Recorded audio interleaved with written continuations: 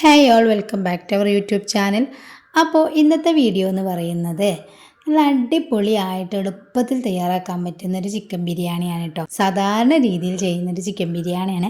വളരെ സിമ്പിളാണ്, വളരെ ടേസ്റ്റി ആയിട്ടുള്ളൊരു ചിക്കൻ ബിരിയാണി. അപ്പോൾ അതെങ്ങനെ ഉണ്ടാക്കാമെന്ന് നമുക്ക് നോക്കാം. അതിന് വേണ്ടിയിട്ട് ഞാനിവിടെ കുറച്ച് ചിക്കന് കഴുകി വൃത്തിയാക്കി വെച്ചിട്ടുണ്ട്. അതിലേക്കുള്ള സവാള, തക്കാളി, അതുപോലെ തന്നെ പച്ചമുളക് നമ്മൾ എരിവിനനുസരിച്ച് എടുക്കാം കേട്ടോ. പിന്നെ പച്ചമുളക് ഞാൻ ചതച്ച് വെച്ചിട്ടില്ല, കീറിയാണ് വെച്ചത്. നല്ല ഉണ്ട മുളകായതുകൊണ്ട് തന്നെ നല്ല എരിവുണ്ടാവാൻ സാധ്യതയുണ്ട്. പിന്നെ ഇതാ കുറച്ച് കറിവേപ്പിലയും ചപ്പും പുതിനയാണ് അതുപോലെ ഇഞ്ചി വെളുത്തുള്ളി ഒക്കെ പേസ്റ്റാക്കി വെച്ചതൊക്കെ ഉണ്ട്. അപ്പോൾ അതൊക്കെയാണ് നമ്മൾ ആഡ് ചെയ്യാൻ പോകുന്നത്. എല്ലാവർക്കും അറിയാവുന്ന ബിരിയാണി തന്നെയാണ്, പക്ഷേ ഇത് വളരെ സിമ്പിളാണ്. നമ്മൾ സാധാരണ രീതിയിൽ ഉണ്ടാക്കുന്നതാണ്. ചിലരൊക്കെ ബിരിയാണി വെക്കുമ്പം കുഴച്ച് വെക്കാറുണ്ട്. അപ്പോൾ നമ്മളിതെന്താ ചെയ്യുന്നത് വെച്ച് കഴിഞ്ഞാൽ ഈ അരിഞ്ഞു വെച്ച സവാളയും തക്കാളി, പച്ചമുളക്, ഇഞ്ചി വെളുത്തുള്ളി എല്ലാ സംഭവങ്ങളൊന്നും ഇട്ടിട്ട് അതിലേക്ക് കറിവേപ്പില, പിന്നെ മല്ലിച്ചപ്പ്, പുതിനയില ഇതൊക്കെ ഇട്ടിട്ട് നന്നായിട്ടൊന്ന് കുഴച്ചെടുക്കുക ചെയ്യുന്നത് കേട്ടോ.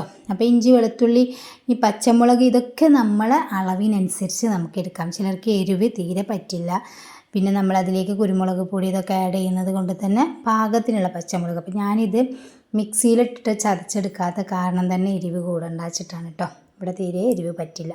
അപ്പോൾ അതൊക്കെ ഒന്ന് സെറ്റാക്കി വെച്ചു. അതിന് ശേഷം ഇനി നമുക്കതിലേക്കുള്ള പൊടികൾ ആഡ് ചെയ്യാം. അതിന് മുമ്പ് നമ്മൾ കുറച്ച് ഉപ്പ് ചേർത്ത് കൊടുക്കുകയാണ്. പാകത്തിനുള്ള ഉപ്പ് ചേർത്ത് കൊടുക്കുക. നമ്മൾ കല്ലുപ്പാണ് ചേർത്തിട്ടുള്ളത്. അപ്പോൾ ഇത് ബിരിയാണിപ്പൊടിയാണ്. അതായത് നമ്മൾ ഗരം മസാല നമ്മൾ വീട്ടിലുണ്ടാക്കിയതാണ്. ഇതിൻ്റെ വീഡിയോ ഞാൻ ചെയ്തിട്ടുണ്ട്, വേണമെങ്കിൽ ഞാൻ കമൻ്റായിട്ട് പിൻ ചെയ്ത് വെക്കാം കേട്ടോ. ഷോർട്സ് വീഡിയോ ആണ്. വളരെ സിമ്പിളായിട്ട് ഉണ്ടാക്കുന്നൊരു ബിരിയാണി മസാലയാണ്. അപ്പോൾ ഇത് നല്ല ടേസ്റ്റാണ്. ഇതാണ് നമ്മൾ ശരിക്കും ബിരിയാണിയിൽ ആഡ് ചെയ്യേണ്ടത് കേട്ടോ. പുറത്തുനിന്ന് വാങ്ങുന്നതിനേക്കാളും നല്ല ടേസ്റ്റാണ്. ഇനി അതിലേക്ക് ആവശ്യത്തിനുള്ള മഞ്ഞൾപ്പൊടി ചേർത്ത് കൊടുക്കുക. പിന്നെ നമ്മൾ കുരുമുളക് പൊടിയാണ് കേട്ടോ. കുരുമുളക് പൊടിയൊക്കെ ചേർക്കുമ്പോൾ വളരെ ശ്രദ്ധിക്കാനുണ്ട്, കാരണം ഒരുപാട് കുരുമുളകൊക്കെ ആയാലും എരിവ് കൂടും. അതിനുശേഷം നമ്മൾ ലേശം മല്ലിപ്പൊടിയാണ് ചേർക്കുന്നത്. മുളക് പൊടി ഞാൻ ആഡ് ചെയ്തിട്ടില്ല കേട്ടോ. മല്ലിപ്പൊടി ആവശ്യത്തിന് ഒരു കായത്തിലൊരു കട്ടിയൊക്കെ കിട്ടാൻ വേണ്ടിയിട്ടാണ് നമ്മൾ മല്ലിപ്പൊടി ആഡ് ചെയ്യുന്നത്. പിന്നെ ഇതിൽ ഏറ്റവും ബെസ്റ്റായിട്ട് വേണ്ടത് ലേശം പെരിഞ്ജീരകവും നല്ല ജീരകവും, ചെറിയ ജീരകവും വലിയ ജീരകവും ഇല്ലേ, അത് രണ്ടും കുറച്ച്, വലിയ ജീരകം കുറച്ച് കൂടിയാലും ചെറിയ ജീരകം അധികം കൂടാതെ കുറച്ച് ഇട്ടുകൊടുക്കുക. അത് നല്ല ടേസ്റ്റ് കേട്ടോ ബിരിയാണിയിലേക്ക് ആഡ് ചെയ്യുമ്പം. നമ്മളിതിലേക്ക് ആവശ്യമുള്ള ഓയിൽ ഒഴിച്ചെടുക്കുകയാണ്. കാരണം നമ്മൾ വാട്ടി വെക്കല്ല, അതുകൊണ്ട് തന്നെ ഇപ്പോൾ ഓയിൽ ഒഴിച്ചിട്ട് നന്നായിട്ടൊന്ന് മിക്സ് ചെയ്ത് കൊടുത്തു കഴിഞ്ഞാൽ ആ ഓയിൽ അതിലേക്ക് പിടിക്കും. ഇനി നമ്മൾ തൈരാണ് ചേർക്കുന്നത്. തൈര്, നാരങ്ങ നീരൊക്കെയാണ് നമ്മളിതിലേക്ക് പുളിക്ക് വേണ്ടിയിട്ട് ചേർത്തിട്ടുള്ളത്. അപ്പോൾ തക്കാളിയൊക്കെ ഞാൻ കുറച്ച് എടുത്തിട്ടില്ല, അതായത് ഞാൻ കുറച്ച് ബിരിയാണി വെക്കുന്നുള്ളൂ, അതുകൊണ്ട് അതിനുള്ള സാധനങ്ങളാണ് എടുത്തിട്ടുള്ളത്. ഇപ്പോൾ നമ്മൾ 1 കിലോനൊക്കെ വെക്കുകയാണെന്നുണ്ടെങ്കിൽ അതിലേക്കൊരു 4 സവാളയുടെ വലിപ്പം അനുസരിച്ചിട്ട്, അതുപോലെ 4 തക്കാളിയൊക്കെയാണ് എടുക്കേണ്ടത്. അത്രയൊക്കെ മതി. നല്ല വാടി വരുമ്പോൾ നല്ല ടേസ്റ്റ് ഉണ്ടാകും. ഇനി നമ്മൾ അതിലേക്ക് ചെറുനാരങ്ങ നീരുണ്ടെങ്കിൽ അതും കൂടി ഈ സമയത്ത് ആഡ് ചെയ്യുക കേട്ടോ. ചെറുനാരങ്ങ നീരില്ലാത്തത് കൊണ്ട് തന്നെ സുർക്കയാണ് ഒഴിച്ചിട്ടുള്ളത്. ഒരു പുളിപ്പിന് വേണ്ടിയിട്ട് സുർക്ക ഒഴിച്ചാലും ടേസ്റ്റ് തന്നെയാണ് കേട്ടോ. അപ്പോൾ സുർക്കയോ ചെറുനാരങ്ങ നീരോ നമ്മൾ ആഡ് ചെയ്യണം. ഇനി നമ്മൾ റൈസ് വേവിക്കാൻ വേണ്ടിയിട്ട് ലേശം വെള്ളം വെച്ചിട്ടുണ്ട്. നെയ്ച്ചോറ് വെക്കല്ല, സാധാ വെള്ളം വെച്ച് തിളപ്പിച്ച് ഊറ്റുക ചെയ്യുന്നത് കേട്ടോ. അതിലേക്ക് ഉപ്പും ചേർത്തിട്ടുണ്ട് പാകത്തിന്. അപ്പോൾ ഇവിടെ കുറച്ച് 6 kg നെയ്യ് ഉണ്ടായിരുന്നു, അതും കൂടി ഞാൻ ഈ കായത്തിലേക്ക് ഒഴിച്ചെടുത്തിട്ടുണ്ട്. നെയ്യ് അതുപോലെ ഓയിലൊക്കെ നമുക്ക് ഈ കുഴക്കുന്ന സമയത്ത് ഒഴിച്ചു കൊടുക്കാം കേട്ടോ. എന്നാൽ ആ ഒരു നമ്മൾ വാട്ടിയെടുക്കുന്ന, ഇനിയിപ്പോൾ ചില ആളുകൾ വാട്ടിയെടുക്കും, എന്നിട്ട് ഇത് നന്നായിട്ടൊന്ന് പച്ചക്കറിക്ക് ഈ സവാളയും തക്കാളി ഇതൊക്കെ ഒന്ന് കുക്കായി വരുന്ന സമയത്ത് നമ്മൾ ചിക്കൻ അതിലേക്ക് ആഡ് ചെയ്യുക.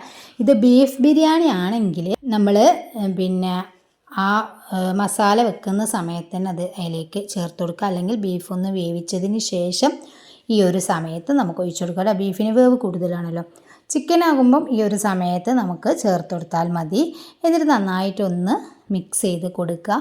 ഇനി ഇതൊന്ന് അടച്ച് വെച്ച് നമുക്ക് വേവിക്കാം. അപ്പോൾ ഇതൊന്ന് അടച്ച് വെച്ച് കൊടുക്കുക കേട്ടോ. എന്നാൽ അതിൻ്റെ ഒരു ആവിയൊക്കെ അതിൻ്റെ അകത്ത് തന്നെ വെന്ത് വരും. അപ്പോൾ അതിലേക്കുള്ള റൈസൊക്കെ കഴുകി വെച്ചതാണ്. വെള്ളം നന്നായി തിളച്ചതിന് ശേഷമാണ് ഞാൻ അതിലേക്ക് ഇട്ട് കൊടുത്തത്. ആ ചോറൊക്കെ കുക്കായി നമ്മളെ കായൊക്കെ നല്ല അടിപൊളിയായിട്ട് റെഡി ആയിട്ടുണ്ട്. ഇനി നമ്മൾ ദം ചെയ്യുകയാണ്. അതിന് വേണ്ടിയിട്ട് നമ്മളെ കായത്തിൻ്റെ മുകളിൽ നമ്മൾ ചോറ് ഇട്ട് കൊടുക്കുകയാണ്. അതെല്ലാവർക്കും അറിയാമല്ലോ. റൈസ് വേവിക്കുന്നതും വെന്തതൊന്നും ഞാൻ എടുത്തിട്ടില്ല. അപ്പോൾ വെന്ത് നമ്മളിതിലേക്ക് ഊറ്റിയിടുകയാണ്. ആ സമയത്ത് തന്നെ അത് ലെയറാക്കുന്ന സമയത്ത് നമ്മൾ കുറച്ച് ബിരിയാണി മസാല ഒന്ന് ഇടയിൽ നിന്ന് കൊടുക്കുന്നുണ്ട്. അതുപോലെ കുറച്ച് ചപ്പ് പുതിനയിലയും കൂടി ഒരു ടേസ്റ്റിന് വേണ്ടിയിട്ട് ഇട്ട് കൊടുക്കുകയാണ്.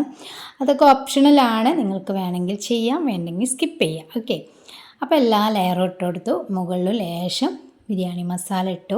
അതിനുശേഷം കുറച്ചുകൂടെ ചപ്പും പുതിനയിലൊക്കെ ഇട്ട് കൊടുത്തു. ഇനി നമ്മൾ ദം ചെയ്യുന്ന സമയത്ത് അണ്ടിപ്പരിപ്പ്, മുന്തിരി, സവാള ഇതൊക്കെ പൊരിച്ചിട്ട് കൊടുക്കുക കേട്ടോ. ഞാൻ അതൊന്നും ചേർത്തിട്ടില്ല, എന്നാലും സൂപ്പറാണ് ബിരിയാണി.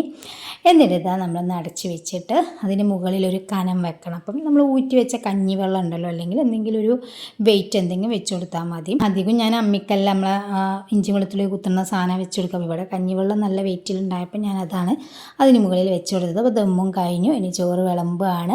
അപ്പോൾ ഇതൊന്ന് പാത്രത്തിലേക്ക് മാറ്റണം. നല്ല അടിപൊളി നല്ല സ്മെല്ലോട് കൂടിയിട്ടുള്ള ബിരിയാണി കേട്ടോ കിട്ടിയിട്ടുള്ളത്.